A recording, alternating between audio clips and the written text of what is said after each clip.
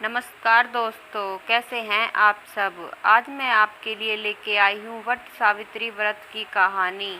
तो आइए शुरू करते हैं। भद्र देश में अश्वपति नाम का एक राजा रहता था। उनकी कोई संतान नहीं थी। संतान पाने के लिए राजा प्रतिदिन मंत्रों के उच्चारण के साथ 1,00,000 आहुतियाँ देता था। ये सिलसिला 18 वर्षों तक जारी रहा। एक दिन उनके इस यज्ञ और तप से प्रसन्न होकर सावित्री देवी प्रकट हुई और उन्हें संतान के रूप में एक रूपवान, गुणवान और तेजस्वी कन्या होने का वरदान दिया। सावित्री देवी के वरदान से राजा को पुत्री हुई, जिस वजह से उन्होंने अपनी बेटी का नाम भी सावित्री रखा। सावित्री बड़ी ही रूपवान थी। महल के आंगन में खेलते खेलते कब वो बड़ी हो गई, राजा को इसका पता ही नहीं चला। सावित्री की शादी की उम्र होने पर राजा को बहुत चिंता सताने लगी। राजा को अपनी रूपवान कन्या के लिए कोई योग्य वर नहीं मिल रहा था, जिस वजह से उन्होंने अपनी पुत्री से खुद अपने लिए वर तलाशने के लिए कहा। अपने पिता की बात सुनकर सावित्री ने खुद ही अपने लिए वर ढूंढना शुरू किया। एक दिन सावित्री तपोवन में जा पहुंची। वहां उसने सत्यवान नाम के सुंदर युवक को देखा। सत्यवान एक राजकुमार था जो साल्व देश के राजा धूमतसेन का इकलौता पुत्र था। जब सावित्री ने उसके जंगल में रहने की वजह पूछी तो सत्यवान के पिता राजा धूमतसेन ने बताया कि वे अंधे हो गए हैं और इसी वजह से उनसे उनका राज्य छीन लिया गया है। अब वह अपने परिवार के साथ इसी जंगल में रहते हैं। सावित्री ने राजकुमार सत्यवान और उसके पिता राजा धूमतसेन के बारे में अपने पिता को बताया और इच्छा जाहिर की। वो राजकुमार सत्यवान से शादी करना चाहती है। राजा अश्वपति बेटी को दिए वचन को पूरा करने के लिए तपोवन जंगल में गए। वहां पहुंचकर राजा ने धूमतसेन से मुलाकात की और उनके पुत्र सत्यवान के लिए अपनी बेटी सावित्री से विवाह का प्रस्ताव रखा। राजा अश्वपति की बात सुनकर राजा धूमतसेन ने बड़े ही निराश मन से कहा, हे राजन, मुझे आपका प्रस्ताव मंजूर है। मेरा पुत्र सत्यवान गुणवान, धर्मात्मा और बलवान है, लेकिन ऋषि राज नारद ने मुझे बताया कि यह अल्पायु का है, जिसकी अगले वर्ष अमावस्या के दिन मृत्यु हो जाएगी। इसलिए मैं आपसे और आपके पुत्री से विनती करता हूँ कि आप किसी और युवक से अपनी पुत्री की शादी करवाइए। राजा धूमतसेन की यह बात सुनकर राजा अश्वपति और उनकी बेटी सावित्री काफी निराश हुए, लेकिन सावित्री ने कहा कि एक आर्य समाज की स्त्री होने के नाते वो अपने मन में सिर्फ एक ही युवक को पति के रूप में देख सकती है। राजकुमार सत्यवान के अलावा अब वो किसी अन्य युवक से विवाह नहीं कर सकती। सावित्री की जिद के सामने राजा अश्वपति और राजा धूमतसेन को झुकना पड़ा। अगले ही दिन राजकुमारी सावित्री और राजकुमार सत्यवान का विवाह बड़े ही धूमधाम से कर दिया गया।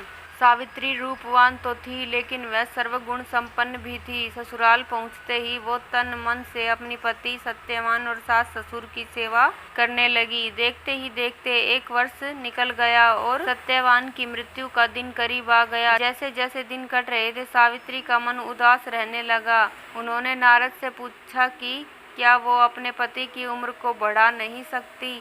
तो इस पर नारद ने कहा, उन्हें अमावस्या के 3 दिन पहले देवी सावित्री का उपवास करके वट के पेड़ की पूजा करने को कहा।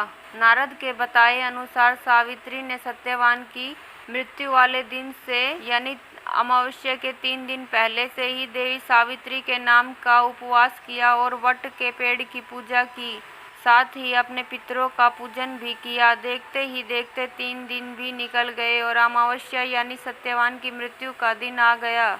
हर रोज की तरह अमावस्या के दिन भी सत्यवान जंगल में लकड़ी काटने गया और सावित्री भी उसके साथ गई। लकड़ी काटते समय सत्यवान ने सावित्री को बताया कि अचानक सिर में तेज दर्द हो रहा है।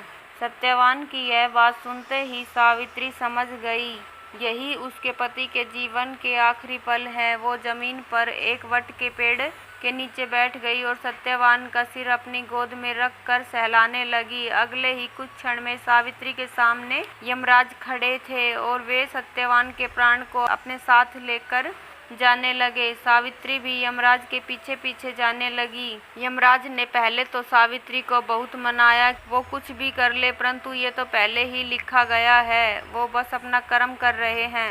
लेकिन सावित्री ने यमराज की बात नहीं सुनी और वह उनके पीछे पीछे चलती रही। सावित्री की इस निष्ठा और पति के लिए उसका त्याग देखकर यमराज काफी प्रसन्न हुए और उन्होंने सावित्री को वरदान मांगने के लिए कहा। यमराज की बात सुनकर सावित्री ने कहा, हे यमराज, मेरे सास ससुर अंधे हैं, आप उनकी आंखों की रोशनी वापस करने का वरदान दीजिए। यमराज ने कहा, ठीक है, ऐसा ही होगा, जाओ अब घर जाओ, तुम्हारे सास ससुर अंधे नहीं रहे। ऐसा कहने के बाद यमराज फिर आगे बढ़े, लेकिन सावित्री फिर से उसके पीछे चलने लगी। यमराज ने सावित्री को वापस जाने के लिए कहा, लेकिन सावित्री ने मना कर दिया। उसने यमराज से कहा कि वह बस अपने कर्तव्य और पतिव्रत का पालन कर रही है, इसलिए जहाँ जहाँ उनके पति जाएंगे वह उसके पीछे पीछे चलेगी। सावित्री की इस बात को सुनकर यमराज फिर से काफी प्रभावित हुए। उन्होंने सावित्री को एक और वरदान मांगने के लिए कहा। सावित्री ने कहा, मेरे ससुर धूमतसेन साल्व देश के राजा थे, लेकिन किसी ने उनसे उनका राज्य छीन लिया है। कृपया करके आप उन्हें उनका राज्य वापस मिलने का वरदान दे। यमराज ने सावित्री के इस वरदान को भी पूरा कर दिया और कहा, जाओ अपने सास ससुर के राज्य में जाओ, अब वे जंगल में नहीं अपने महल में सोते हैं। यमराज ने इतना कहा और फिर से सत्यवान के प्राण को लेकर आगे चले, लेकिन अब भी सावित्री उनके पीछे चली आ रही थी। यमराज यह देखकर काफी हैरान हुए। उन्होंने सावित्री से इसकी वजह पूछी तो सावित्री ने बताया कि एक पत्नी का फर्ज है कि वो वही रहेगी जहाँ उसका पति रहेगा। अगर उसके ससुर के महल में उसके पति नहीं होंगे तो उस महल में उसके जाने का कोई अर्थ नहीं। इस बात को सुनकर यमराज काफी प्रसन्न हुए। उन्होंने सावित्री से कहा, हे पुत्री, तुम न सिर्फ रूपवान और गुणवान हो बल्कि एक पतिव्रता भी हो। मैं तुम्हारे इन्हीं गुणों से काफी प्रसन्न हूँ।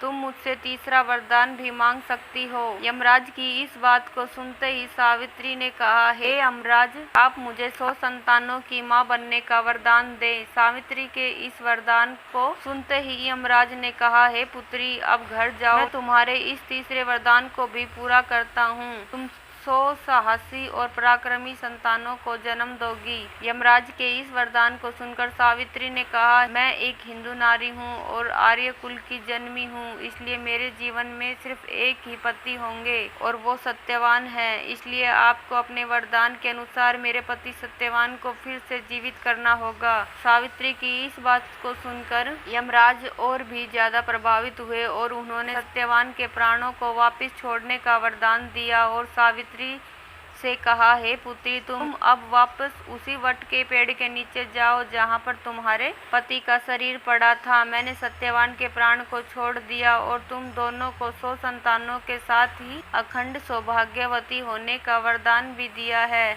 यमराज की बातों को सुनकर सावित्री ने उनसे विदा ली और वापस उस वट के पेड़ के पास पहुंची जहाँ पर उसके पति का शरीर पड़ा था। जब वह सत्यवान के करीब पहुंची तो उसने देखा उसका पति वापस जिंदा हो गया। दोनों जल्दी जल्दी जंगल से बाहर निकले और राजा धूमतसेन के साल्व देश में पहुंचे। वहां पहुंचकर सावित्री ने देखा कि अब उसके ससुर को उनका राज्य फिर से मिल गया और उनकी आंखों की रोशनी भी वापस आ गई। तभी से हर साल ज्येष्ठ माह की अमावस्या के दिन वट सावित्री व्रत को मनाया जाने लगा। इस दिन पूरे विधि विधान से वट के पेड़ की पूजा अर्चना की जाती है और सुहागिन महिलाएं अपने पति की लंबी उम्र की कामना करती है।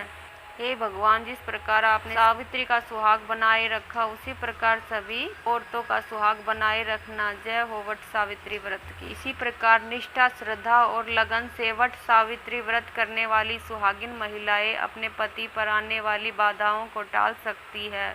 दोस्तों, अगर आपको ये कहानी अच्छी लगी हो तो मेरी वीडियो को लाइक करें और मेरे चैनल को सब्सक्राइब करें ताकि आपको अगली वीडियो की नोटिफिकेशन मिल जाए। धन्यवाद दोस्तों वीडियो देखने के लिए।